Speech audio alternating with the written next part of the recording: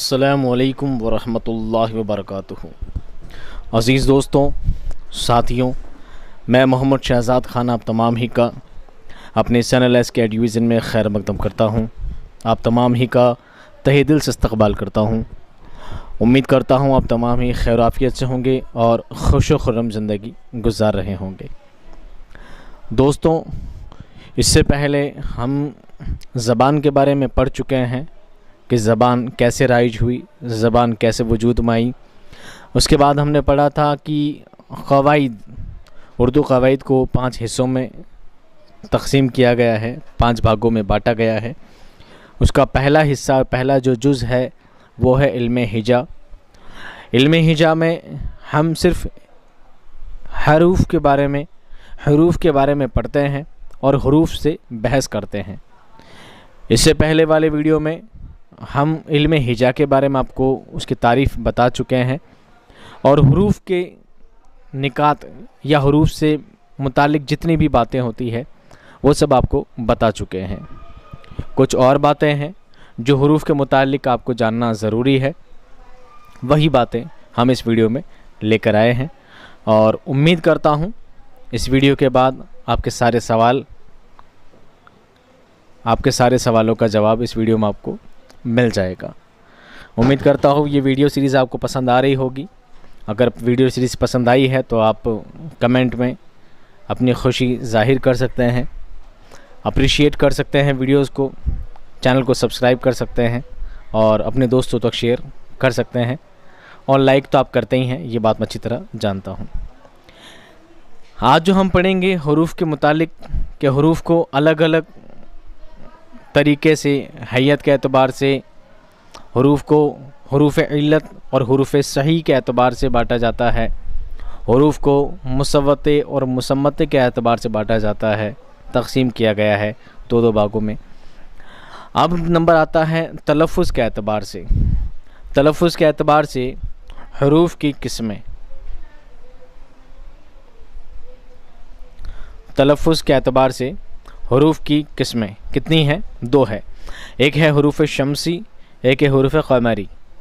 हुरूफ शम्सी, हुरूफ क़मरी, 2 हिस्सों में इसको बांटा जाता है। ये जो पैटर्न आपको तलफ़्फ़ुज़ के हिसाब से दिया गया है, इसको अलिफ लाम के एतबार से भी कहा जाता है। इसको अलिफ लाम का एतबार भी कहा जाता है। क्या चीज़ है आपको बताते हैं। जैसा कि मैं आपको पहले बता चुका हूँ कि उर्दू मखलूत ज़बान है। उर्दू, फ़ारसी, हिंदी और अरबी ज़बान से मिलकर बनी है। तो ये जो हुरूफ शम्सी और हुरूफ क़मरी का जो जुज़ दिया गया है, जिस तरह इसमें ज़बान को या हुरूफ को इन 2 शक्लों में जब बांटा जाता है, तो ये कब आता है? जब अरबी के लफ्ज़ों को उर्दू में इस्तेमाल किया जाता है तो सिर्फ़ अरबी के लफ्ज़ों के लिए ही इसे काम में लिया जाता है। हो सकता है मेरी बातें आपके जहन से ऊपर से जा रही होंगी, पर हम एक एक करके सब बातों को वाज़ेह करते चलेंगे। आपको पहले जानना है तलफ़्फ़ुज़ के एतबार से हुरूफ को 2 हिस्सों में तक़सीम किया जाता है, हुरूफ शम्सी, हुरूफ क़मरी। पहले हम पढ़ेंगे हुरूफ क़मरी के बारे में। जिन हुरूफ में लाम की आवाज़ तलफ़्फ़ुज़ में ज़ाहिर की जाती है उन्हें हुरूफ क़मरी कहते हैं। हुरूफ क़मरी 14 हैं। हुरूफ क़मरी कितने हैं दोस्तों? 14 हैं। तो आप पूछोगे हुरूफ शम्सी कितने हैं? तो दोस्तों वो भी 14 ही हैं।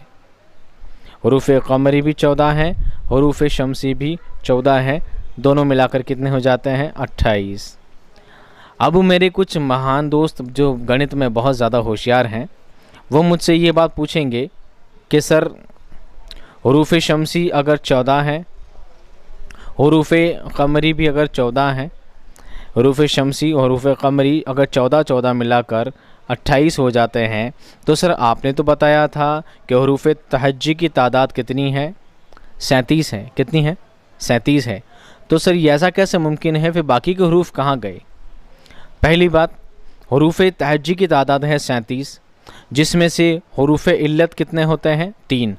कौन कौन से? अलीफ, वाव और ये। अलीफ, वाव और या। इसके अलावा जो लफ्ज़ बच जाते हैं वो कहलाते हैं हुरूफ सही यानी मुसम्मते। तो मुसम्मते यानी हुरूफ सही कितने होते हैं? 34। अब आपको ये बात बताई जाती है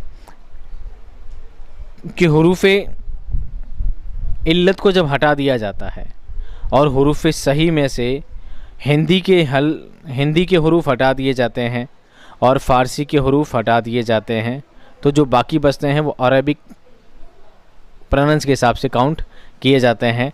और चूंकि ये जो कायदा है हुरूफ शमसी हुरूफ क़मरी का जो कायदा है, ये सिर्फ़ अरबी लफ्ज़ों के लिए ही इस्तेमाल किया जाता है। आपको सिर्फ इतना याद रखना है कि हुरूफ क़मरी कितने होते हैं, 14 होते हैं, और हुरूफ शमसी कितने होते हैं, 14 होते हैं। ठीक है, आगे देखिए। अब हुरूफ क़मरी हैं कौन कौन से? तो हुरूफ क़मरी होते हैं अलिफ, बा, जीम, हा, खा, आइन, गैन, फ़ा, क़ाफ, काफ, मीम, वाव, हा और या। ये जो 14 हुरूफ हैं, ये क्या है दोस्तों? ये हैं हुरूफ क़मरी।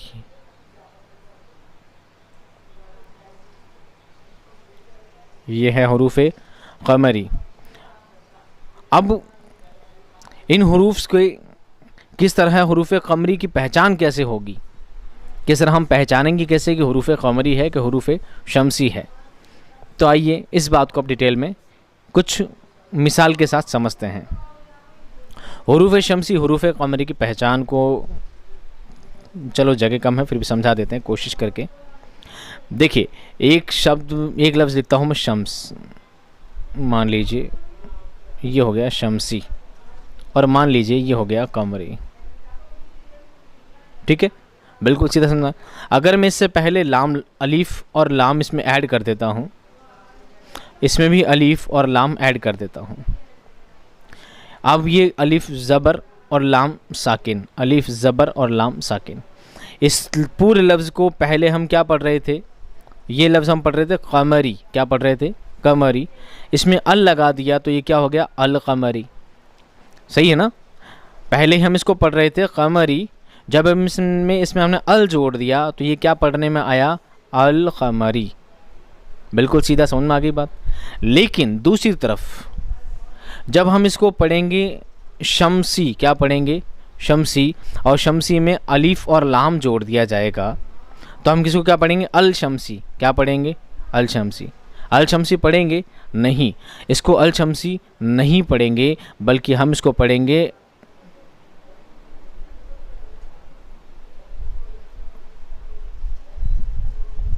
अशमसी।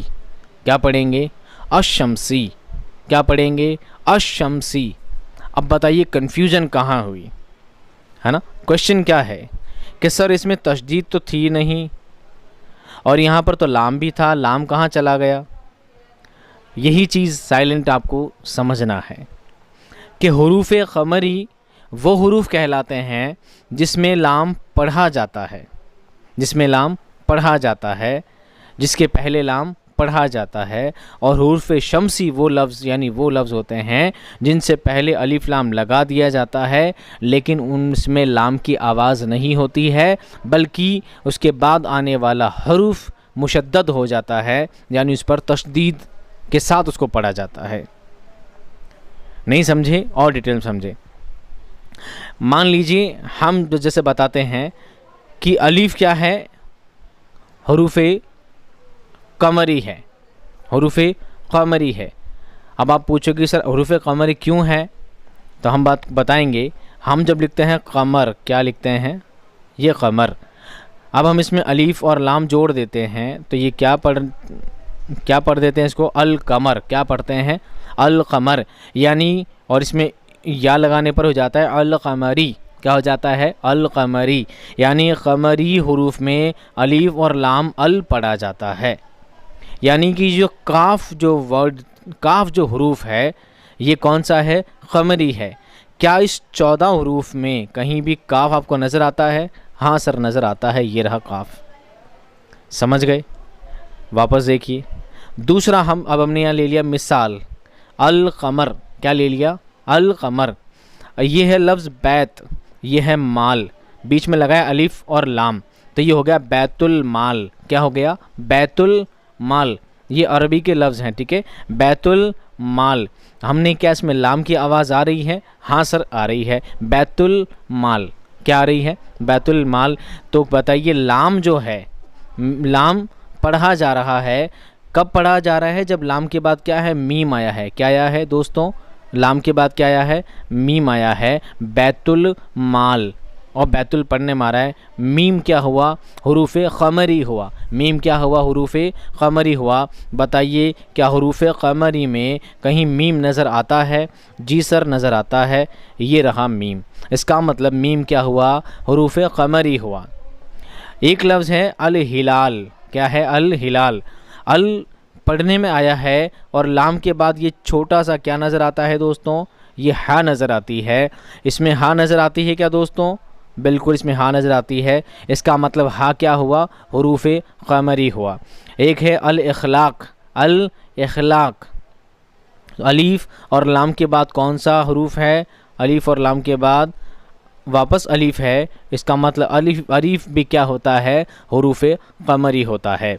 यानी कि अलीफ़, बा, जीम, हा, खा, आइन, गैन, फ़ा, काफ, काफ, मीम, वाव, हा और या, ये जो 14 हरूफ हैं ये क्या कहलाएंगे? हरूफ क़मरी कहलाएंगे। क्यों कहलाएंगे? क्योंकि जब भी इन हरूफ से पहले अलिफ लाम लिखा जाता है तो अलिफ लाम पढ़ा जाता है, यानी लाम की आवाज़ आती है, लाम की आवाज़ को पढ़ा जाता है। अब कुछ होशियार और बहुत ज़्यादा ज़हीन दोस्त कहेंगे सर ये पढ़ा जाता है, नहीं पढ़ा जाता है, ऐसा क्यों? ऐसी कन्फ्यूज़न क्यों? ऐसा सिस्टम क्यों है?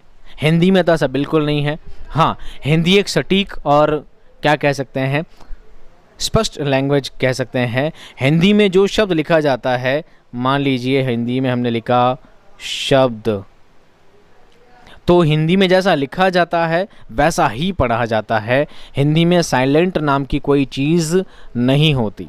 हिंदी में साइलेंट नाम की कोई चीज़ नहीं होती। लेकिन दोस्तों आपने अंग्रेज़ी तो पढ़ी है, बताइए नाइफ यानी क्या होता है? नाइफ यानी क्या होता है? नाइफ यानी होता है चाकू। नाइफ यानी क्या होता है? चाकू। बहुत ज़्यादा होशियार बच्चे इंग्लिश भी जानते हैं। नाइफ यानी होता है चाकू। अगर मैं इसमें के को हटा देता और सिर्फ NIFE लिख देता तो बताइए इसको नाइफ़ नहीं पढ़ सकते थे क्या? बिल्कुल, इसको नाइफ़ पढ़ा जा सकता था, लेकिन इंग्लिश के प्रोनाउंस के हिसाब से यहाँ पर के लगाया गया और के लगाने के बाद इसको कनाइफ नहीं पढ़ते हैं, क्या पढ़ते हैं? नाइफ़। और के क्या हो जाता है? साइलेंट हो जाता है। के क्या हो जाता है? साइलेंट हो जाता है। समझे होशियार? बिल्कुल, अच्छी तरह समझ गए। अब आप बताइए KNOWLEDGE क्या पढ़ेंगे? नॉलेज। क्या पढ़ेंगे? नॉलेज। का नॉलेज तो नहीं पढ़ेंगे, महापुरुषों का नॉलेज नहीं पढ़ेंगे, बिल्कुल नहीं पढ़ेंगे। क्यों नहीं पढ़ेंगे? के क्या है? साइलेंट है। के क्या है? साइलेंट है। THOUGHT क्या पढ़ेंगे? थॉट। क्या पढ़ेंगे? थॉट। इसमें जी और एच को हमने पढ़ा क्या? THO, चलो यू भी नहीं पढ़ते हम तो THOT थॉट पढ़ते वैसे भी। तो OUGH का क्या सारांश है? क्यों लिखा गया है? लिखना पड़ता है, लैंग्वेज है, लैंग्वेज के कुछ कवानीन होते हैं, कुछ कानून होते हैं, कुछ उसूल होते हैं। ये बात मैं आपको पहले बता चुका हूँ। जो भी भाषाएं निकली हैं, जो भी भाषाएं राइज है, हर भाषा का कुछ कानून, कुछ उसूल होते हैं। उसी उसूल के ज़ेल में वो भाषाएं लिखी और पढ़ी जाती हैं। यानी UGH नहीं लिखते तो भी हम इसको थॉट पढ़ सकते थे। UGH क्या है? साइलेंट वर्ड है। अब आप समझ गए बात? आप समझ गए? तो ये जो आपको ऊपर 12 हरूफ दिए गए हैं, ये जब हरूफ आते हैं और इनसे पहले अलीफ और लाम आता है तो यहाँ पर लाम की आवाज़ अगर निकलती है तो समझ लीजिए वो क्या है? हरूफ क़मरी है। और लाम की आवाज़ नहीं पढ़ी जाती है तो वो हरूफ शमसी है। हरूफ क़मरी बता दिया। अब देखिए हरूफ शमसी के बारे में। अरबी ज़बान में शान और इज़्ज़त के लिए बाज़ अस्मा पर अलिफ लाम अल लगा दिया जाता है। कुछ हरूफ ऐसे होते हैं अगर उनके पहले अल आता है तो तलफ़ुज़ में पढ़ा नहीं जाता और लफ्ज़ का अव्वल सर्फ नहीं है, हरूफ है। क्या है? हरूफ मुशद्दद पढ़ा जाता है, यानी कि उस पर तशदीद लग जाती है। मिसाल देखिए, जिन हरूफ के आगाज़ में अल नहीं पढ़ा जाता उन हरूफ को हरूफ शमसी कहते हैं। हरूफ शमसी 14 हैं, जैसा कि मैंने आपको ऊपर बता दिया था। अब यहाँ पर कौन से हरूफ शमसी कौन से हैं? ता क्या है? हरूफ शमसी है। सा, दाल, जाल, रे, जे, सीन, शीन, स्वाद, दौत, तोय, ज़ोय, लाम और नून। ये सब जो 14 हरूफ हैं दोस्तों, ये सभी क्या हैं? ये हरूफ शमसी हैं, ये हरूफ शमसी हैं। और ऊपर वाले जो 14 हरूफ थे वो 14 हरूफ क्या थे? हरूफ क़मरी थे। फ़र्क आपको बता चुके हैं। शमसी कैसे पता लगता है? मान लीजिए हमने लिखा अशम्स, अशम्स, यहाँ पर अलीफ और लाम भी है, लेकिन शीन को हमने किस में काउंट किया है? शीन को हमने किस में काउंट किया है? हरूफ शमसी में। इसलिए शीन के ऊपर क्या लगा देंगे? तशदीद लगा देंगे मन में, और अलिफ में अलिफ लाम के साथ लाम नहीं पढ़ेंगे। अल शम्स की बजाय इसको क्या पढ़ेंगे? अशम्स। क्या पढ़ेंगे? अशम्स। ये लफ्ज़ है हारून और ये लफ्ज़ है रशीद। इसके बीच में हमने लगाया अलिफ और लाम। क्या लगाया? अलिफ और लाम। तो इसको पढ़ेंगे हारूनुर रशीद, हारूनुर रशीद, हारूनुर रशीद। हारून अल रशीद नहीं पढ़ेंगे, बल्कि पढ़ेंगे हारूनुर रशीद। ये है अल रहमान, अर रहमान, अल रहमान नहीं, अर रहमान। क्या है? अर रहमान। रा पर तशदीद लग गई, अल के में लाम नहीं पढ़ा जाएगा, बल्कि रा पर तशदीद पढ़ी जाएगी, रा को मुशद्दद पढ़ा जाएगा। और रहमान। फिर लफ्ज़ है यौमुद्दीन, यौमुद्दीन। यह है अन-नूर और यह है वस्सलाम। वल सलाम नहीं है, व अल सलाम नहीं है, यह है वस्सलाम। क्या है दोस्तों? वस्सलाम। अब आप कहेंगे सर वस्सलाम को वल सलाम क्यों नहीं पढ़ते? तो इसलिए नहीं पढ़ते क्योंकि अरबी का कायदा कहता है कि जब किसी भी हुरूफ में, जब किसी भी लफ्ज़ में, यूँ समझिए, जब किसी भी लफ्ज़ में शुरुआत का जो लफ्ज़ है, मान लीजिए मैंने लिखा ये सलाम, मान लीजिए सबसे आखिरी वाला लफ्ज़ हम ले लेते हैं सलाम, ठीक है। सलाम में आपको पूछा जाए कि बताइए ये लफ्ज़ हुरूफ क़मरी है या हुरूफ शमसी है, आप इसको डायरेक्ट तो नहीं पढ़ेंगे ना, डायरेक्ट नहीं पढ़ेंगे। पहले क्या लगाएंगे? अलीफ़ और लाम ऐड करेंगे, इसमें अलीफ़ लगा दिया, यहाँ पर लाम लगा दिया। अब हम इसको जब पढ़ने बैठेंगे, अगर हम इसको अल सलाम पढ़ते तो ये हो जाता हुरूफ क़मरी, क्योंकि अल कमर, अल कमर और कमर, अल कमर पढ़ते हैं, यानी अल पढ़ने में आ रहा है, और अशम्स में लाम पढ़ने में नहीं आता है, इसलिए हुरूफ शमसी में लाम पढ़ने में नहीं आता है और हुरूफ क़मरी में लाम पढ़ने में आता है। अब हम इसको जब पढ़ेंगे अल सलाम तो ये हो जाता हुरूफ क़मरी, और अगर हम इसको पढ़ते हैं अस्सलाम तो ये हो जाता है हुरूफ शमसी। लेकिन आप कहोगे सर हम पढ़ें कि नहीं पढ़ें, अल पढ़ना है कि नहीं पढ़ना है, तो आपको कोई भी क्या करना है, ये जो 12 हुरूफ हैं, ये जो 14 हुरूफ हैं, इनको याद रखना है। इनको क्या रखना है? याद रखना है कि जब भी ता आए किसी लफ्ज़ के शुरुआत में और उससे पहले अलीफ़ और लाम आए तो आपको लाम नहीं पढ़ना है, बल्कि ता पर क्या लगा देनी है? तशदीद लगा देनी है। जब भी किसी लफ्ज़ के शुरू में सा आए, दाल आए, जाल आए, रा आए, जा आए, सीन आए, शीन आए, स्वाद, द्वाद, तोय, ज़ोय, लाम और नून, जब भी किसी शब्द के, जब भी किसी लफ्ज़ के शुरुआत का पहला हुरूफ इन 14 में से कोई हो तो वो क्या कहलाएगा? हुरूफ शमसी कहलाएगा। उम्मीद करता हूँ बात आपके समझ में आ गई। नहीं आई है तो हम बिल्कुल शॉर्ट एंड स्वीट में एक मिसाल के साथ समझ लेते हैं। आपको इम्तिहान में ये पूछा जाएगा सवाल कि बताइए ज़ेल में कौन सा हुरूफ क़मरी है, हुरूफ क़मरी है, और आपको 4 मिसालें दे दी जाएगी, ता, दाल, जा और हा। अब बताइए इसमें कौन सी मिसाल है जो हुरूफ क़मरी की है, हुरूफ शमसी की नहीं है। तो अगर आपसे ता पूछा जाए, आप देखिए ता इसमें है क्या? हाँ सर ता है। दाल इसमें है क्या? दाल है। रा इसमें है क्या? रा भी इसमें है। हा इसमें है क्या?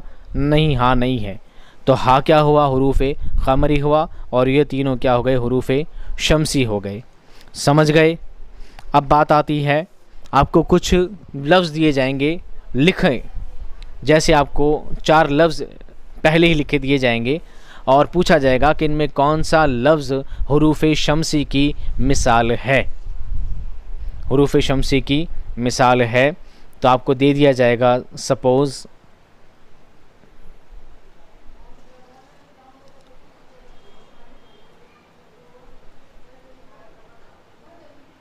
अल कमर, क्या दे दिया जाएगा? अल कमर।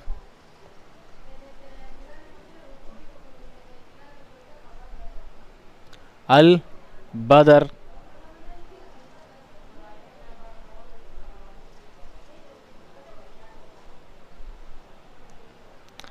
अल मामून,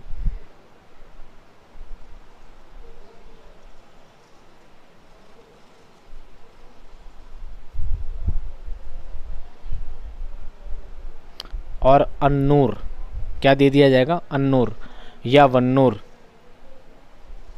ठीक है, अब आपको क्या करना है, आपको इसमें से हुरूफ शमसी की अगर पहचान करनी है, आप चारों को पढ़ेंगे, अल कमर, अल बदर, अल मामून और अन्नूर। यानी अन्नूर में लाम पढ़ने में नहीं आएगा तो ये आपका क्या कहलाएगा? हुरूफ शमसी कहलाएगा। जिनमें लाम की आवाज़ निकली है वो सभी लाम वाले हुरूफ या वो सभी लाम वाले लफ्ज़ क्या कहलाएंगे? हुरूफ कमर कहलाएंगे, हुरूफ कमरी कहलाएंगे। उम्मीद करता हूँ कॉन्सेप्ट आपके समझ में आ गया होगा। एक बार वापस मैं आपको ऊपर से डिटेल समझा देता हूँ। तलफ़ुज़ के एतबार से हुरूफ की दो किस्में हैं, हुरूफ शमसी, हुरूफ कमरी। हुरूफ शमसी 14 हैं, हुरूफ कमरी भी 14 हैं। हुरूफ शमसी में अलिफ लाम की को लगाया कर लाम की आवाज़ नहीं पढ़ी जाती है, बल्कि उसका पहला ही हुरूफ को मुशद्दद पढ़ा जाता है, यानी तशदीद वाला पढ़ा जाता है। जबकि हुरूफ कमरी में अलिफ लाम लगाने पर लाम की आवाज़ भी पढ़ी जाती है। आपको बस इतना सा याद रखना है और दोनों 14 हुरूफ आपको क्या करने हैं? याद रखने हैं। चलिए, ये हुआ आपका कॉन्सेप्ट ख़त्म। अब आते हैं हम दूसरे टॉपिक पर। दूसरा हमारा टॉपिक है, या यूँ समझ लीजिए हुरूफ के मामले में हमारा आखिरी टॉपिक है। हम हुरूफ की पूरी पहचान कर रहे हैं, अलिफ बा से लेकर या तक पूरी पहचान कर रहे हैं कि कौन सा फ़ारसी का है, कौन सा अरबी का है। ठीक है, हर तरह से उसकी जांच परख कर रहे हैं, हर तरह से उसे छांट रहे हैं, हर तरह से उसे डिवाइड कर रहे हैं। तो आखिरी लहजा बसता है, आखिरी जो तरीका बसता है वो है नुक्ते। आप खुद देखिए, हुरूफ में और क्या चीज़ होती है सबसे अनोखी? नुक्ते होते हैं। क्या होते हैं? नुक्ते। तो नुक्तों के एतबार से हुरूफ को दो हिस्सों में बांटा जाता है, मनक़ूत हुरूफ और गैर मनक़ूत हुरूफ। नुक्ता समझ गए? नुक्ता किसे कहते हैं? ये बा लिखा है, ये नीचे लगाया एक नुक्ता, अगर इसकी जगह ऊपर लगा देते 2 नुक्ते तो क्या हो जाता? ता हो जाता। नीचे लगा देते 3 नुक्ते तो क्या हो जाता? पा हो जाता। यानी कि इस नुक्तों से ही हुरूफ की क्या होती है? पहचान होती है। तो नुक्तों के लिहाज से हुरूफ को 2 हिस्सों में बांटा जाता है, मनक़ूत हुरूफ और गैर मनक़ूत हुरूफ। समझ गए? अच्छा, अब देखिए मनक़ूत हुरूफ के बारे में। देखिए, नुक्ते वाले हुरूफ मनक़ूत या मजमा कहलाते हैं, जैसे बा, पा, ता, सा, जीम, चा, खा, दाद, नून या वगैरह वगैरह। ये सब जो हुरूफ हैं, अब कहोगे सर या में तो नुक्ते है ही नहीं। अरे भाई, या वैसे तो ब्लैंक लिखा जाता है, लेकिन या जब किसी हुरूफ के बीच में आता है तो उसमें 2 नुक्ते लग जाया करते हैं। लिखा बेर तो बीच में 2 नुक्ते आ गए, और वैसे सिंगल लिखते हैं तो उसमें नुक्ते नज़र नहीं आते। तो नुक्ते वाले यानी मनक़ूत हुरूफ कितने हैं? 19। नुक्ते वाले यानी नुक्ते वाले हुरूफ मनक़ूत हुरूफ कितने हैं? 19। मनक़ूत हुरूफ कितने हैं? 19। मनक़ूत हुरूफ कितने हैं? 19। मेरा लकी नंबर 19। ठीक है, मनक़ूत हुरूफ कितने हैं? 19 हैं। अब गैर मनक़ूत कितने हैं? देखिए, बग़ैर नुक्ते वाले हुरूफ गैर मनक़ूत हुरूफ कहलाते हैं। जिन पे नुक्ते होते हैं वो मनक़ूत कहलाते हैं। संख्या की बात नहीं कर रहा हूँ मैं, तादाद की बात नहीं कर रहा कि 1 है, 2 हैं, 3 हैं, 4 हैं। यहाँ बात है सिर्फ नुक्तों की। नुक्ता है चाहे वो 1 हो, 2 हो, 3 हो, 5 हो, 7 हो। उर्दू में हाईएस्ट नुक्ते कितने होते हैं? 3। 1 नुक्ता, 2 नुक्ता और 3 नुक्ते। ठीक है, इससे ज़्यादा नहीं होते। आप 15-20 नुक्ते ना लगाएं। तो उर्दू में नुक्ते कितने होते हैं? 1, 2 और 3। इस तरह के 3 हुरूफ उर्दू में पाए जाते हैं। तो जो नुक्ते वाले हरूफ होते हैं मनक़ूत हरूफ कहलाते हैं, इनकी तादाद है 19। और जो गैर मनक़ूत हरूफ होते हैं उनमें नुक्ते नहीं पाए जाते, जिनमें नुक्ते नहीं होते हैं वो गैर मनक़ूत हरूफ कहलाते हैं। शॉर्ट एंड स्वीट समझ में आ गई बात। चलिए अब बात आती है मनक़ूत हरूफ को भी अलग अलग हिस्सों में बांटा गया है, अलग अलग हिस्सों में डिवाइड किया गया है। क्यों किया गया है इसकी वजह आपको बताते हैं अभी। मनक़ूत हरूफ, एक तो होता है मनक़ूत हरूफ, एक होता है गैर मनक़ूत। लेकिन मनक़ूत को भी 3 हिस्सों में बांटा जाता है, 3 हिस्सों में तक़सीम किया गया है। पहला है मुवहिदा, क्या है मुवहिदा। दूसरा है मुसन्नात, तीसरा है मुसल्लसा, तीसरा है मुसल्लसा। पहला है मुवहिदा, दूसरा है मुसन्नात, तीसरा है मुसल्लसा। अब सर नुक्ते वाले हैं तो 3 हिस्सों में क्यों बांटा गया है? देखिए पहला है मुवहिदा यानी 1 नुक्ते वाले हरूफ, दूसरा है मुसन्नात यानी 2 नुक्ते वाले हरूफ, और तीसरा है मुसल्लसा यानी 3 नुक्ते वाले हरूफ। समझ गए? मनक़ूत हरूफ और गैर मनक़ूत हरूफ 2 तरह के हरूफ पाए जाते हैं, लेकिन मनक़ूत हरूफ को भी 3 हिस्सों में बांटा जाता है, मुवहिदा, मुसन्नात और मुसल्लसा। मुवहिदा में 1 नुक्ते होते हैं, मुसन्नात जिन हरूफ में 2 नुक्ते होते हैं, और मुसल्लसा जिन हरूफ में 3 नुक्ते होते हैं, और 3 नुक्तों से ज़्यादा हरूफ उर्दू ज़बान में नहीं पाए जाते।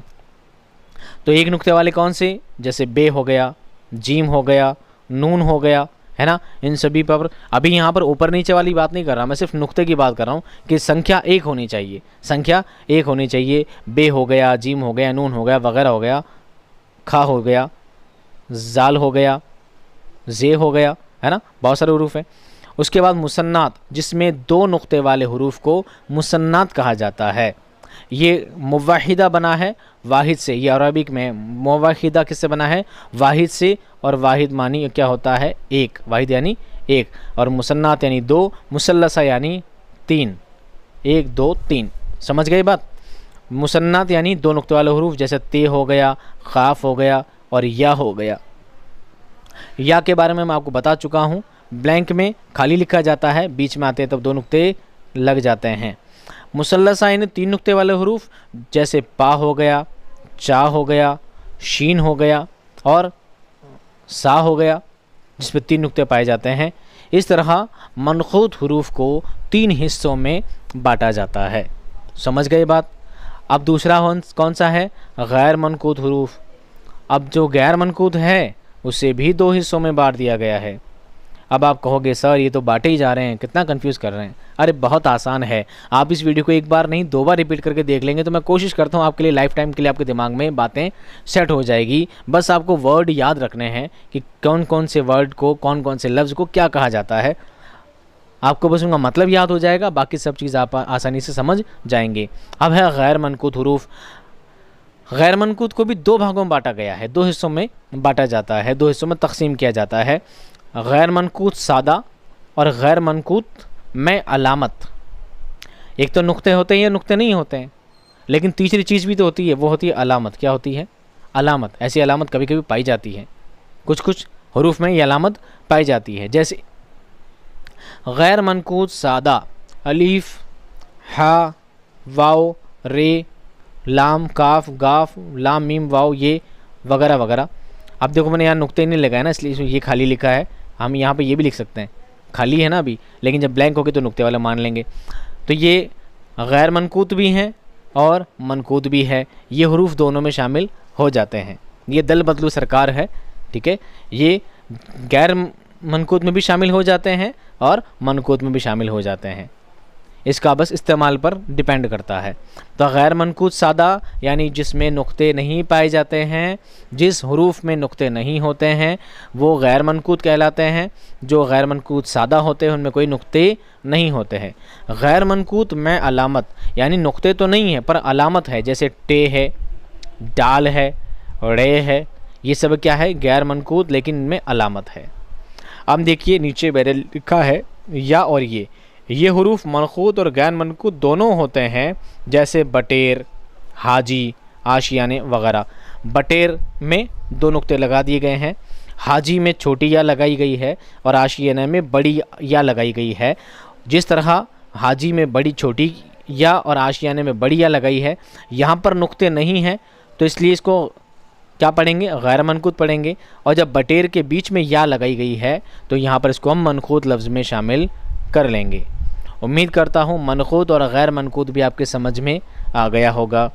चलिए इस टॉपिक को ख़त्म करते हैं और क्लास को ख़त्म करने से पहले सिर्फ 2 नोट्स आपको बता दिए जाते हैं जो आपके लिए जानना बहुत ज़रूरी है, क्योंकि इससे भी सवाल बारहा पूछे जाते हैं। जिन हुरूफ के ऊपर नुक्ता आता है फ़ौक़ानी कहलाते हैं, ते, से, नून वग़ैरह। जिन हुरूफ के नीचे नुक्ता आता है तहतानी कहलाते हैं, बा, पा, जीम, या वग़ैरह। आपको ये 2 नाम याद करने हैं दोस्तों, फ़ौक़ानी और तहतानी। जिन हुरूफ के ऊपर नुक्ता आता है वो फ़ौक़ानी कहलाते हैं। मनकूत और गैर मनकूत वाला सिस्टम नहीं है, आपको सिर्फ ये याद रखना है। आपको इम्तहान में पूछा जा सकता है कि मंदरजा झेल हरूफ में से फ़ौक़ानी हरूफ की पहचान कीजिए, फ़ौक़ानी हरूफ की पहचान कीजिए। तो आपको एक लफ्ज़ दे दिया जाएगा ता, एक दे दिया जाएगा सा, एक दे दिया जाएगा खा और एक दे दिया जाएगा बा। सॉरी, फ़ौक़ानी तहतानी, ठीक है। ये सभी फ़ौक़ानी हैं क्योंकि ता में ऊपर नुक्ते हैं, खा में ऊपर नुक्ते हैं, सा में ऊपर नुक्ते हैं, एक बा है इकलौता जिसके नीचे नुक्ता है, तो ये क्या कहलाएगा, तहतानी। ये क्या कहलाएगा, तहतानी। हुरूफ़े तहतानी, जिस हुरूफ के नीचे नुक्ता होता है वो हुरूफ तहतानी कहलाता है, और जिस हुरूफ के ऊपर नुक्ते होते हैं वो क्या कहलाते हैं, फ़ौक़ानी कहलाते हैं। वो क्या कहलाते हैं, फ़ौक़ानी कहलाते हैं। एक जाएंगे। उम्मीद करता हूँ आपको ये सारी बातें समझ में आ गई होंगी। फिर भी इस वीडियो में ऐसी कोई चीज़ हो, ऐसी कोई बात हो, ऐसा कोई क्यूरी हो जो आपके समझ में नहीं आई हो तो आप मुझे कमेंट बॉक्स में बता सकते हैं। इसके नेक्स्ट वीडियो में हम आपको उस क्यूरी को भी दूर करने की क्या करेंगे, भरपूर कोशिश करेंगे। उम्मीद करता हूँ वीडियो सीरीज़ आपको पसंद आ रही होगी। आप वीडियो पसंद आए तो वीडियो को लाइक कीजिएगा, शेयर कीजिएगा, अपने दोस्तों तक ज़रूर पहुँचाइएगा। मैं मिलता हूँ आपको नेक्स्ट वीडियो में एक शानदार कंटेंट और ज़बरदस्त वीडियो के साथ। तब तक खुश रहिए, आबाद रहिए। खुदा हाफिज़।